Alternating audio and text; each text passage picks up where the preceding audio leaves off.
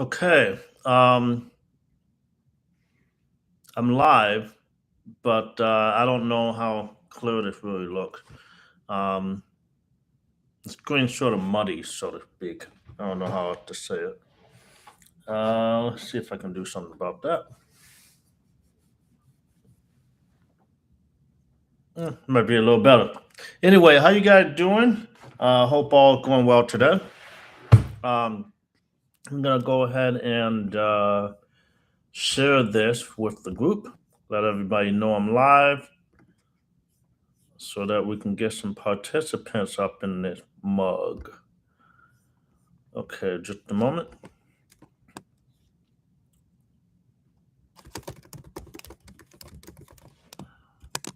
All right. See. Sorry for the wait. Okay, so that should work. Okay. So we're here. We're ready to answer any questions you guys have. March 16th, I do have again, per usual, a couple questions that I'm prepared to answer. Um, Regardless of what someone asked in here. The first is how long was your training period with the receptionist? And then the second is how important, helpful was it for you to have a manager? Okay, so I'm going to answer these questions at some point, but again, whoever might have any questions right now, who's here, for one, introduce yourself, say where you're from, and feel free to hop in. All right, letting a few other people know that we are live. So let me do that. I've been running for 2 minutes. Still doing that. Almost there. Okay. Yeah, there's some people that sort of chat me like, hey, please let me know when you're live. Letting them know. Okay, so here we are. Hey, Lynn, welcome, Pittsburgh. Good to see you here. Any questions you have, feel free to ask. It's funny. I've been watching Bel Air, which of course is set in Philadelphia, but man, there was somebody that was, oh yeah, the chef. I don't want to talk too much about it, but the chef on the first episode, he was from Pittsburgh and he knew how to make a mean Philly. So I'm wondering, can you get a decent Philly cheesesteak in Pittsburgh? That's the question of the day for you, Lynn. I went to Philly a few times, and I was very surprised. Obviously, I had a cheesesteak. I went to one of the two main places. I think it was Pass or something, and I was very surprised. That's funny. I was very surprised that they do cheese whiz. One of them does cheese whiz on the cheesesteak. I'm like, it doesn't seem like this old, 100-year-old tradition that's been around since blah blah blah. Cheese whiz. One of them does it a different way, but cheese whiz, and people are like, no, you gotta have a cheese whiz. So that was interesting, but they're good. We got some good ones in Chicago too. Might not be known for it, but Chicago is a hard hitting uh, culinary city. Darren, welcome. Good to see you here. What time is it there for you? I'm gonna guess it's 3:30 in the morning, 2:30 in the morning. Um, Crazy. All right, so we're about 4 minutes and 30 seconds in, 30 seconds more, and I'll start to answer questions. I try to wait for the 5 minute mark just for people to, sort of uh, get on the stream and get situated. Um, okay, all right. Now, again, I'm just going to say this one more time. Obviously, for those of you that are new, I tend to have two or three questions that are pre-written, or ask over the course of the week that I try to answer on here. And then, hey, Denise, good to see you. Let us know, everybody, where you're from. Oh, so man, 2:45 in the morning, Darren. That's crazy. Um, so again, I tend to have a couple big questions that are like that I'm prepared to answer, and then any questions that you guys might have, feel free to ask. Darren said tomorrow's a big day. I guess it is St. Patrick's Day or St. Patty's Day. Not sure if you care about that. Um, or maybe you're doing some type of business milestone or something. That would be cool. Okay. Um, and there's one other question I'm gonna answer. How hard is it to start your business abroad with your clients? Okay. So, hey, Silva, 1981, 1989. Thanks for being here. So yeah, so let us know where you're from. If you have any questions, just type them in the comment. Please don't troll. There have been a few trolls, and I'll go from here. Okay. So how long? I'm going to answer the different one first. How hard is it to start your business abroad with U.S. clients? Okay. So um, it's not very difficult to start this business if you are not in the US. There can be some Prague, fantastic, man, or woman. Um, there can be some huge benefits. This will apply to you then. There can be some huge benefits for someone that is looking to serve maybe the US or Canadian market, or maybe Australia, right? It's sort of like a Western market with a lot of businesses that need this type of service. There can be advantage to being located abroad. The first is that overseas talent not going to be much different from American talent as long as their English is good, right? Um, we have certain customs and culture here that some people might not understand if they don't live here. But in terms of the quality of work and being able to take calls and handle calls, obviously there's just no difference. The only real difference, of course, is that usually someone abroad, if they know English, they always know another language. And most US based people are not multilingual. I'm working on trying to change that myself right now. That's one. Two, obviously, in a lot of cases, the wages are less than they are in the US. So, because of that, if you're serving someone outside of your market in a more expensive market, if your clients are in a more expensive market, then you're in a situation where, you can pay your people a certain amount of money and it can be a good salary for them based off of where they live, and still be able to make a good margin by charging, a premium for those more expensive markets where within those expensive markets, that pricing is competitive and not expensive. So we all know that, right? Some people still like they get nervous about being able to serve American clients. American clients are served by people outside of the US all of the time. Now, when I built my company, I did it with US based clients, but I'm sorry, US-based clients and Canadian, and we also had some international clients. But I also built my company with US-based agents. Now, if I were to start over again, I'm telling you right now, I would start from I would start with overseas people, and maybe have some type of hybrid situation as I grew. So I'd have a combination of US-based people and people overseas. So um, in terms of the course that I offer, the information applies whether you're located in the US or outside the country. The only difference, of course, is the process of registering your business. So that's about it. Okay. So I hope that sort of answers that question that I pre-wrote. Oh, Vienna's awesome.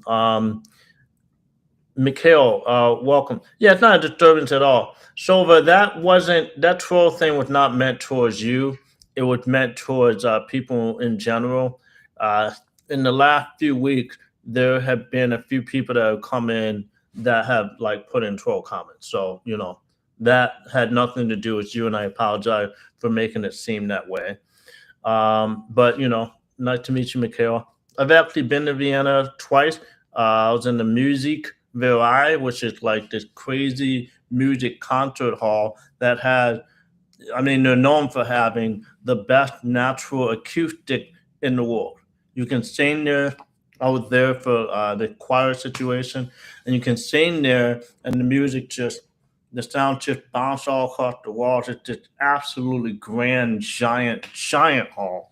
And again, it was one of the most amazing structures I've been in. Also, the McDonald's in Vienna, Austria, I appreciate them more than any other McDonald's I've been in the entirety of Europe. So you guys have really good McDonald's, and also many pretty awesome things. So Vienna's awesome. I don't know much about Prague. I've not been there. Oh wow, that's absolutely fantastic. You can just go walk there. Wow, that's really cool. It's a small world. Okay, so if you have any questions, feel free to ask. All right. Second question that was prepared here is, how long was your training period with the receptionist? Another great question, right? Um, One of the things people ask about all the time, especially in terms of the course, is okay. So let's say I hire an agent. How long did it take to train them? Well, the nice thing is that when you're just getting started and you don't, maybe have any clients yet or just have a few clients, it's not difficult at all to train your agents.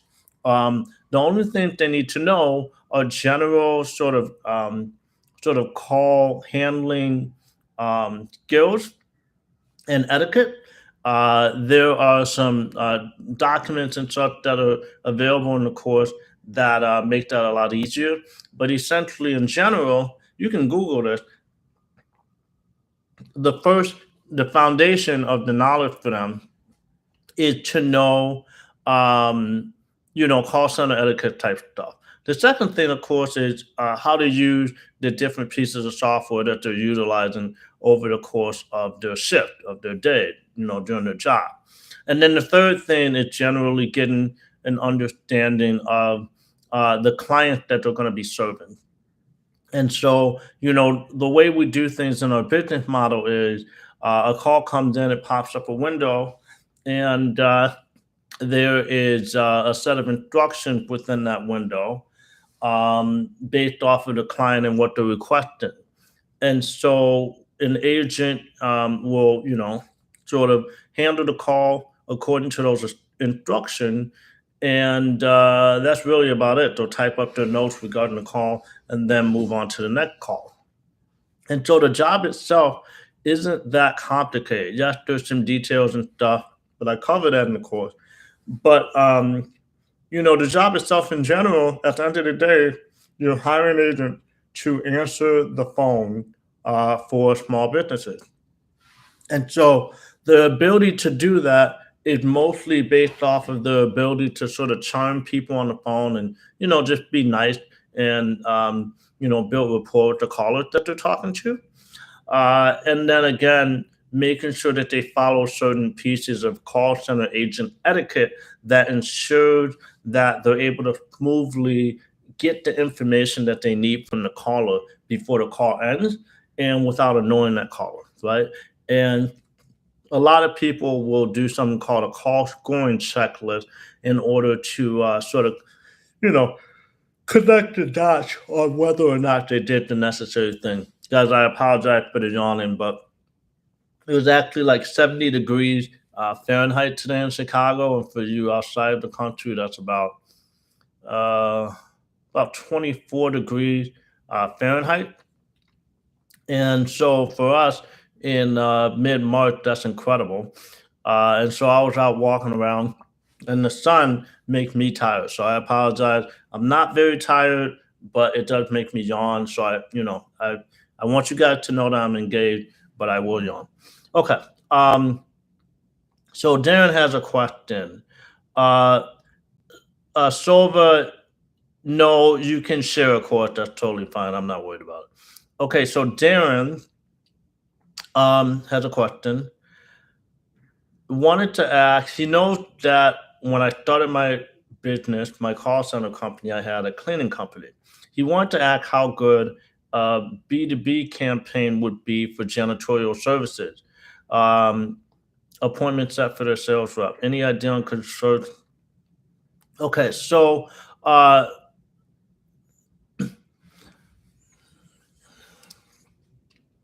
I'm trying to think of the best way to answer this. I'm not going to know the percentage of the conversion percentage. And the reason I wouldn't know is because we never took on clients or offered to provide services for people with a certain guarantee of performance. So we wouldn't say, hey, well, we would guarantee something. We would guarantee that, we'd answer the call within a certain amount of ring. And we guarantee that it'd be a happy, cheerful person on the phone that is as helpful as they can be to the caller without like attitude and being unhelpful. So we promise that type of stuff. But in terms of like closing deals or saying, hey, if you got 10 prospects, we're going to close at least seven of them. We never did that. We never promised that. And this is why.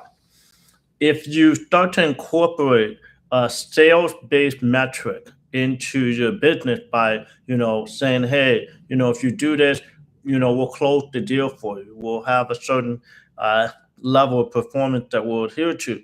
When you do that, you're introducing sales metrics and certain performance metrics and KPIs into your business. And it makes it running your business operating a lot more stressful and difficult. Why? Because the agent training I just talked about, pretty straightforward, pretty easy. If they now have to perform in a way where they have to close the deal, the training just got harder, right? Let alone the job that they have to do, but the training just got harder. Now you're talking about objection. Now you need to, figure, okay, within this industry, what are the pain points? What are the things that people need in order to be triggered to buy? Did you say them? When someone gives this objection, did you give this response? Right?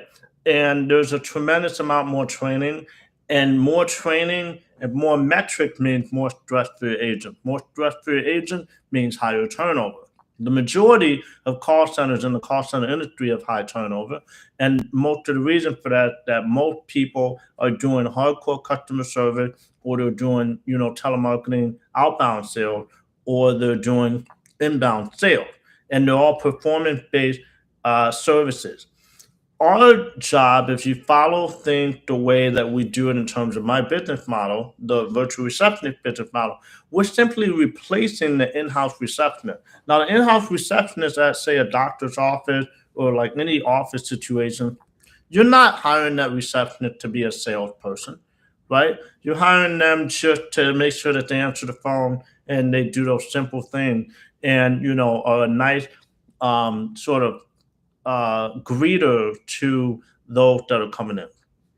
And so I guess my long-winded answer is I try to avoid um, performance metrics and having a sales goal, and therefore we never track the closing percentage.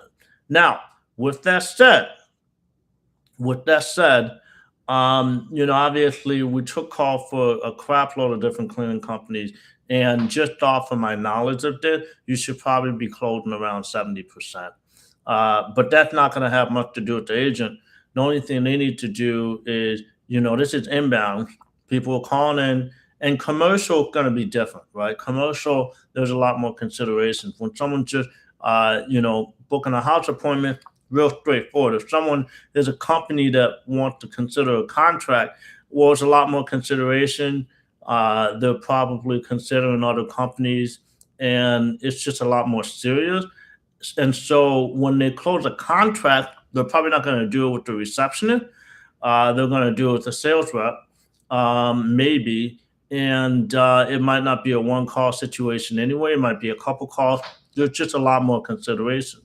And so again, I wouldn't guarantee anything. probably be tops around 10 to 15%. Now, in terms of eventually closing the deal, maybe it's 30, 40%. But in terms of on that call, I'd be shocked if it were above 10%. Okay. Um, they're getting paid on their performance. All right. Well, good luck with that, Darren. There's a lot of demand for those that have agents that can close the deal. If you can do a good job at having agents that are taking calls and they have sort of a sales focus and they're able to get the job done and therefore they're bringing in revenue for your client. If you can do a good job at that, if you can create the processes for that, you're going to make a lot of money, um, because the reality is that that demand is never going to go away. I mean, I've had situations with most company I've ever built. If I knew for fact that there was some service out there that was going to represent my company well, and I only paid them if they closed the deal, and third, let's say 100 call came in, I wouldn't lose too many, sales to those that I'm outsourcing that task to as opposed to doing it internally. Let's say internally we close 72% and externally we close 68%, but I only pay when they close the deal. Well, that type of thing makes a lot of sense, right? And so I'd probably go to external outsource route and use a company like yours. Again, there's a lot of companies that do that. There's a lot of companies that don't have the budget to pay people while they're ramping up. And so, they just try to find performance based companies such as yours. So the demand is there. You can figure it out. Godspeed, you'll be killing it. If not, it's just really frustrating, because of the agents, if it takes some ramp up time and they're not getting it done and they're only getting paid based off of the sale, then they're going to leave. Your turnover is going to be high. And dealing with high turnover is extremely difficult. You'll constantly be hiring. You'll constantly be, trying to keep your people. So, just I'm trying to give you all of the cautions. Okay. Um, okay, maybe this is a Sova or Mikhail. Maybe this is a stupid question. How does a client um, transfer their actual call to us? Do they just click transfer calls on? Oh, so your business clients should have a business phone number. It shouldn't be, call coming into the cell phone. Some will have it go to the cell phone, but we always recommend, especially if we're transferring calls back to them, that they have some additional number for their business. It's just, excuse me. I'm drinking this sparkling water and it might make me burp, and I apologize. Um, so, uh, um, if you have a business that is taking calls, then it probably shouldn't be going to your cell phone. We have to tell people this all the time, because it honestly it's just sort of ridiculous. If it ain't going to the cell phone, then yeah, there were 4 calls, that are coming into the phone right to us. But in general, 98% of the time, it's going to be calls that come into the business phone system automatically get forwarded to a phone number that you provide for them to forward a call to. And the way you set it up in your own system, in your phone system, your phone software, is you have different unique phone numbers for each one of your clients that you're serving. So yeah, I mean, when we had 1,000 clients, we had 1,000 different phone numbers that were again individually uh, assigned to each one of our clients, right? So that's how it works. But Darren, congrats on that, man. I don't want to be too much devil's advocate, but congrats. I know you're doing your thing. I hope you kill it on that. Made in China. You said you've been missing some lives, so good to see you here. Doing cold calling, telemarketing from China to English speaking countries. How do I deal with invoice skipping clients? Well, you deal with invoice skipping clients by charging them up front. Don't do like, oh, I'll just charge you at the end of the month. Don't put yourself in a position that they can skip their invoice or else they will. We charge our clients at the start of the month. And if you're scared of doing that, then I apologize, but that's completely standard in our industry. That's how we do it. Now, what some of us do, what I did was we would, when the first started, we would give like a 7-day trial. And so they get free services during that trial. Then, assuming they like the services during the 7-day trial, we get them started on a month to month situation. But again, they pay at the start of the cycle, not the end of it. Now, what they might pay at the end of the cycle is any overcharges. Say you set them up on a plan that's 100 minutes and you're charging $100 a month and they use 120 minutes. Well, the way we do it is, we have a per minute overage charge for every minute they go over on their allotted minutes on their plan. So say it's a dollar, let's say it's $1.20 a minute. If they go 20 minutes over, well, you charge each of those 20 minutes at $1.20 per minute, so $24, and you add that to the invoice. So it would be the $100 invoice that will charge at the start of the month, and then at the end, assuming they go over for that amount, they'll charge an additional $24. And so really we're going into the next month now. So you charge the new month plan of $100 plus the $24, you're charging $124. Okay. Um, so one, Mikhail, I don't know if 5 9. I think they do have an office in Austria. I'm pretty sure they do. Um, and so, yeah, I mean, 5 9 is the best one. Some people have been like an EVS 7. I haven't personally used it. I'm going to type it in EVS 7. I haven't personally used it, but there's some people that are sort of getting to grip with it, and there haven't been. There was one person that complained about it, and it was a big issue, but it seems like they fixed that issue. It had to do with Google Voice. I'm not going to get into it now. So that would be second. Third would be Dialpad. So Dialpad is less expensive, but it doesn't have all the functionality that you're eventually going to need. And so, in that regard, you want to make sure that you use something like Dialpad with the plan to eventually upgrade out of it, transition out of it, as soon as you have the revenue to do so. It's very difficult to change phone system once you're more and more established. Even if you have like 10 client, it's pretty difficult. I was only able to do it because I'm pretty tech savvy.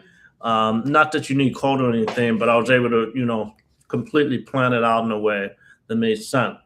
Um, so, your best deal is to try your best to, hey, made in China. Let me know your name, please. But I'm glad that is helpful for you. Um, your best bet is to try your best to get on either EVS 7 or 5 9. They are sort of like, let's say, full scale or fully comprehensive call center software option. There's a crap load of other ones out there, and a lot of people are going to be like, "Oh, I'll try this." Some people will say, "Oh, we'll demo you. We got the same features as 5 9," and on the surface, it may appear that way, but the reality is that they don't. In fact, I have a video on this on my channel on how to select the best phone system. Make sure you watch it. It's incredibly important. Um, uh, so, um,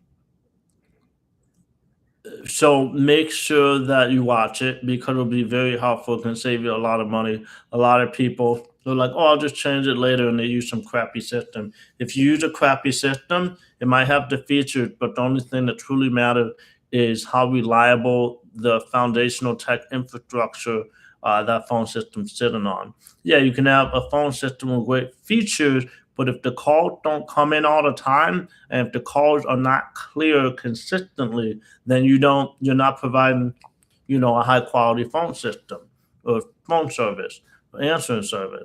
Your agent can be amazing, but if they don't have the proper tool to even have clear, consistent, reliable conversation with the inbound callers, if that's not the case, then your service and your company suffers.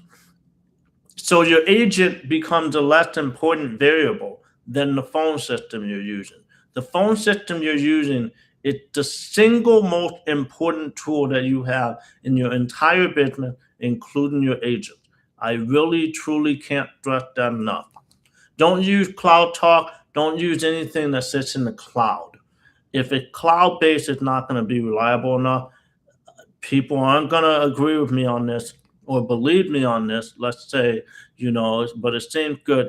Cloud based infrastructure, totally cloud based infrastructure, is not sufficient yet to be able to handle the reliability requirements we need.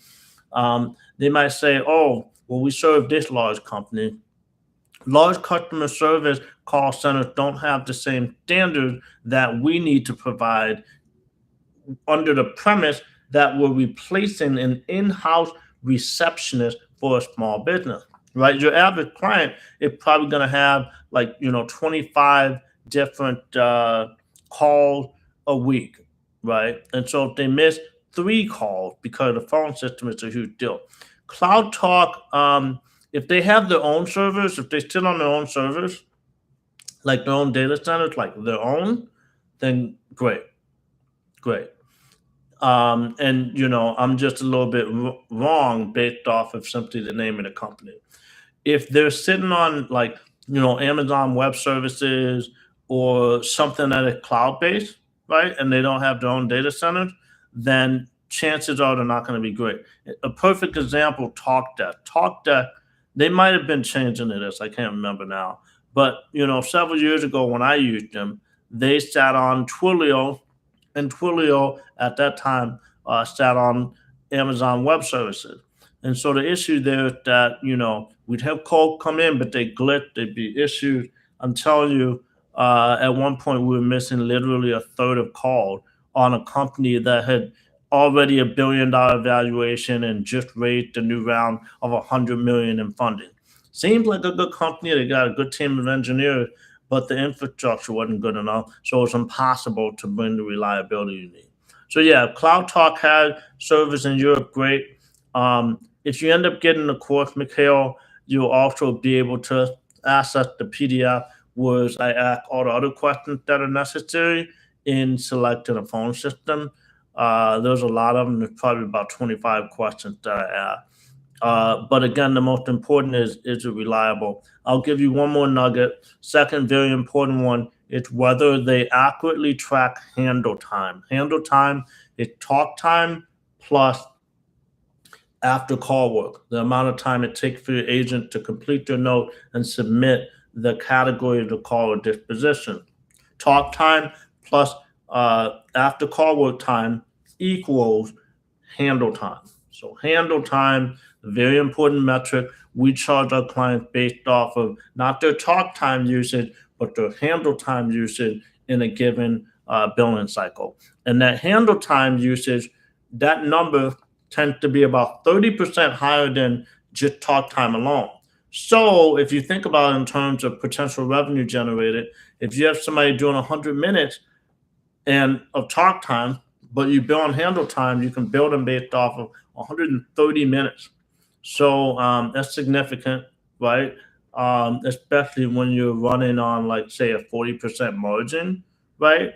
Your business will be 30% larger, you know.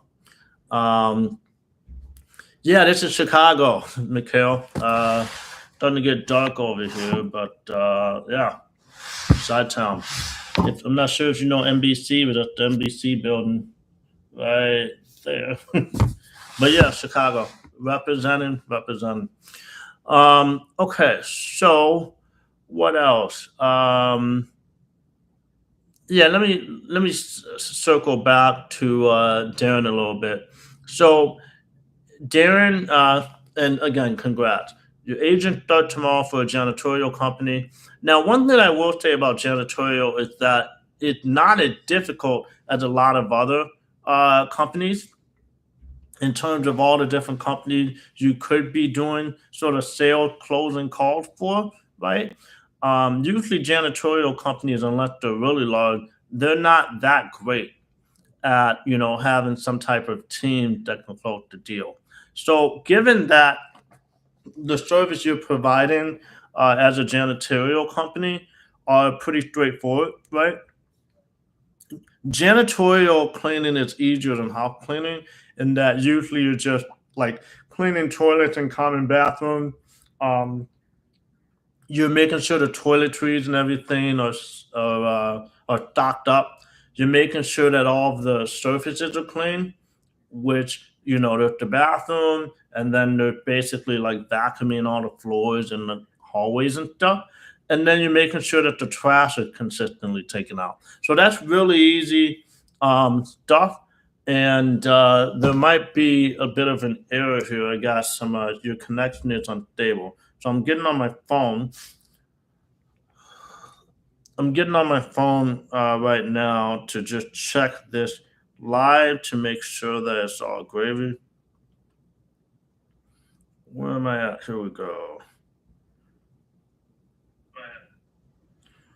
Okay. Uh, oh, okay. So I'm still getting the chat. That's good. Made in China says I'm currently using Skype. Is it worth upgrading the systems you're talking about? Skype is completely insufficient for being able to run an actual call center. Um, I mean, completely insufficient. Uh, Skype is basically okay.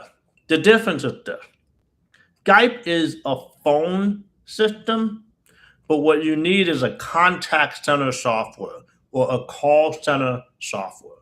And so Skype isn't a call center software; it's just it's a phone system. Sort of like I don't know, Google Voice or Grasshopper, if you've heard of that. So yes, you want to upgrade to the system. No serious call centers using Skype. And again, Skype got that issue where it's completely cloud based, and it might seem like a lot of call connect, but a lot don't. Like, you might not notice if you're doing calls every now and then, but think about when you're taking thousands of calls a week, right? Those 5% of calls that don't connect, that becomes a very, very big deal. And it has a huge impact. And, frankly, once you start getting clients, if you're charging the right way, you're not going to notice the cost of the phone system. I know it can seem like a lot when you're starting off. I totally get it. But I mean, this is a business. It's a pretty simple business. But if you don't get those types of things right, then that's the only way in which it is very easy for your competitor to beat you, right? Um, Once you have a decent phone system, decent agents, then in 95% of cases, if your agents are trained decent, you can do 95 to 100% of what the large competitors are doing.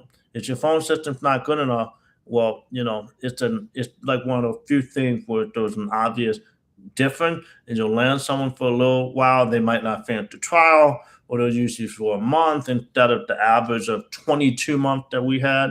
Uh, and then they'll leave. So it's tough to build a business. Okay. Mikhail asked about transferring calls. Why would each client need a separate number? Why not one number for all calls, for all clients?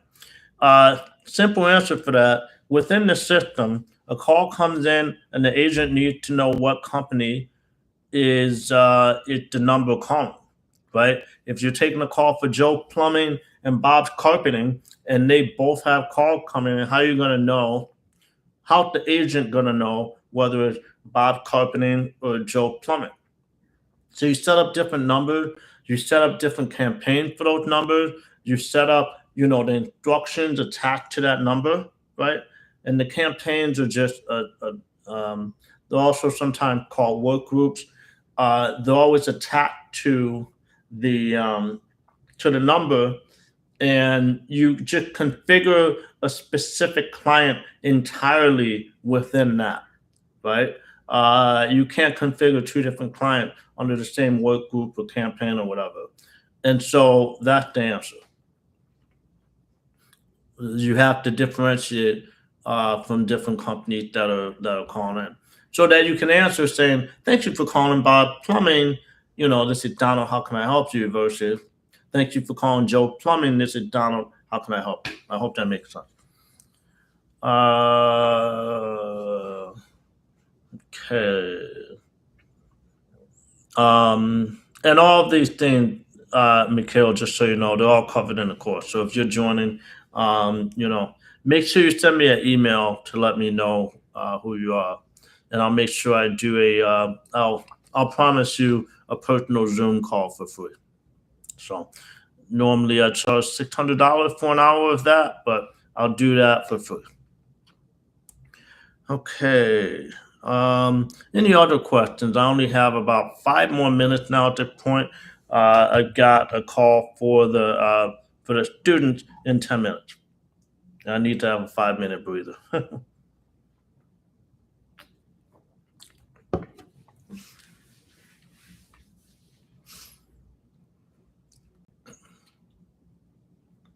But yeah, Mikhail, again, you know, there's a lot of people that like are they're partnering on a business or something, and they'll just use the same login for the course. So I totally don't mind. All right. Oh, Mikhail.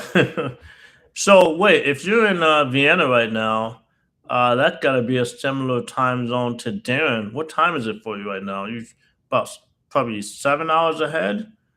Um, so is it like 2:20 in the morning for you? I know Darren is 3:20 in the morning, which is, whew. Um, so made in China. If budget is a concern, then maybe try to use. Oh, that's not bad, Mikhail. Maybe try to use Dialpad.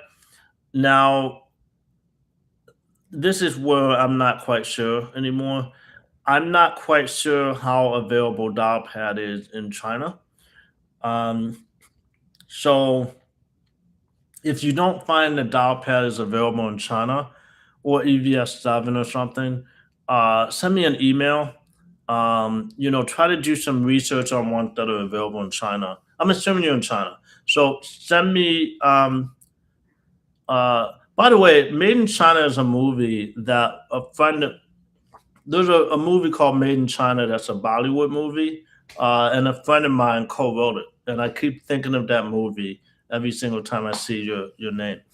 Okay.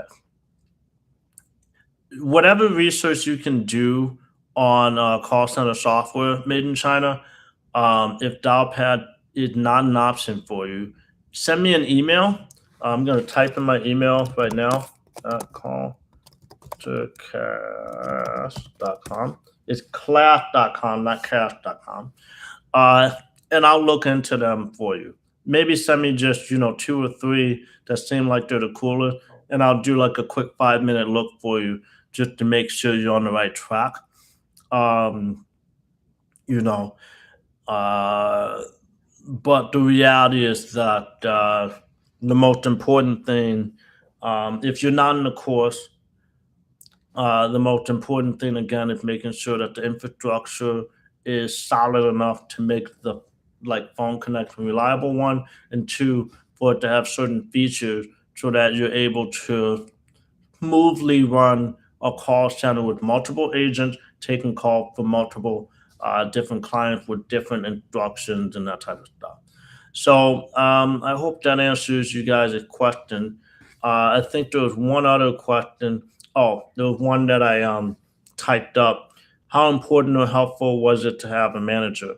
All businesses need managers at a certain point. Once you hit a certain size, um, we had an operations manager once. It was getting a little tough for me to do it myself. That was around. Let's say that was around. I got my ops manager working when we had, I think, 6 agents, maybe seven. And so we had 7 agents, 6, 7 agents, around 25 to $30,000 a month in revenue. Okay, And so, especially at say 30,000 a month in revenue, you can hire an operations manager. Some people do it earlier, and then you pay the operations manager about 3 grand a month. Now, the nice thing is that that salary can stay the same for sort of a while, especially again if you're outside the country and the wages are different. Uh, but 35, $40,000 a year, even in the U.S., is a really good salary for what the operations manager would be doing when the company's that size, and you'll still be able to retain some profit, at that size with an operations manager. And I'm giving you guys a lot of details here, but even when you're at $100,000 a month in revenue, now your ops manager can make 60, 70 grand or something. But it's not like a six-figure job for a long time. Okay. Uh, so let's say you have Mikhail, good question. Let's say you have, if you join the course, you're going to know this, or you're going to learn it. But essentially, you're the manager, right? When you're starting a company, you want to be putting in time. You need to learn this business. You need to learn how to operate it. There are plenty of people, especially students, even. I mean, there's an interview on Paul Joseph. I'm sure you might have seen it by now, but he's at $50,000 a month and growing, and he still has a job. So, you know, him and his partner, his partnership, they both still have full time jobs. I think his partner quit either this month or last month. Um, but anyway, they were able to get to a certain side, but they were slash are the managers, right? Um, and all that really means is making sure that the agents are doing what they're supposed to do. Um, just managing them. There's not too many things. Operations management is running the business. So, you're never going to have an agent running the business, right? So, you're operating the business, you're running the business. Um, from a client management perspective, you always want to be as the owner, especially early on, personally managing the client. So you're going to need to take in all that feedback. So you're going to get a lot starting off. You need to take in that feedback and continue to tweak your business until you have a setup and situation that makes complete sense and makes your clients happy. That stops you from being too stressed out. Blah blah blah blah blah. So 2 to 4 agents, no manager needed. What some people will do, let's say at 4 agents, and 4 agents is a good time to start. Now you can incorporate a lead agent. Again, this is covered in the course, but the lead agent is still an agent that's taking call full time, but it's sort of like, it's like the lead. It's the person that is not quite a supervisor, not quite a manager, but is sort of responsible for the agents under them, right? So the lead agent is the person that will report to you, but they're not like someone that can like fire, one of the agents, right? But they're the person, they'll probably be getting paid a bit more money, let's say, 20 to 25% more money. They might manage the schedules a little bit. Like if somebody's like, hey, I need a day off, they'll like make sure that all of the other agents are, going to be able to cover that coverage, that type of stuff. I talk about it in the course, but so it's sort of like a pseudo semi manager situation, semi supervisor situation, uh, having lead agent. And lead agent, even as you grow, we tend to have one lead agent for every group of agents. You could have 1,000 groups of agents, 6 people each within each group, and you'll have a lead agent for every single one of those groups. For every three agent groups, you'll have a supervisor. For every three supervisors, you'll have sort of like an agent manager. Go Cubs! That's fantastic. I am a Cubs fan because I'm a North Sider. And so, boom, boom. Mikhail, I love that you know so much. You're definitely not going to have that tough of a time trying to close American clients. And it's awesome that you recognize Chicago. That's bonkers. So maybe you just knew I'm from Chicago and you saw it. But either way, I got to hop on this call. I'm merely second now. And I hope this was helpful for you guys. I will be here next week. If you have any questions in the meantime, find me on Facebook or something, or chat here or send me an email or something. There's ways to reach me, and I will help you all out. Boom, boom, boom. Have a good one, guys.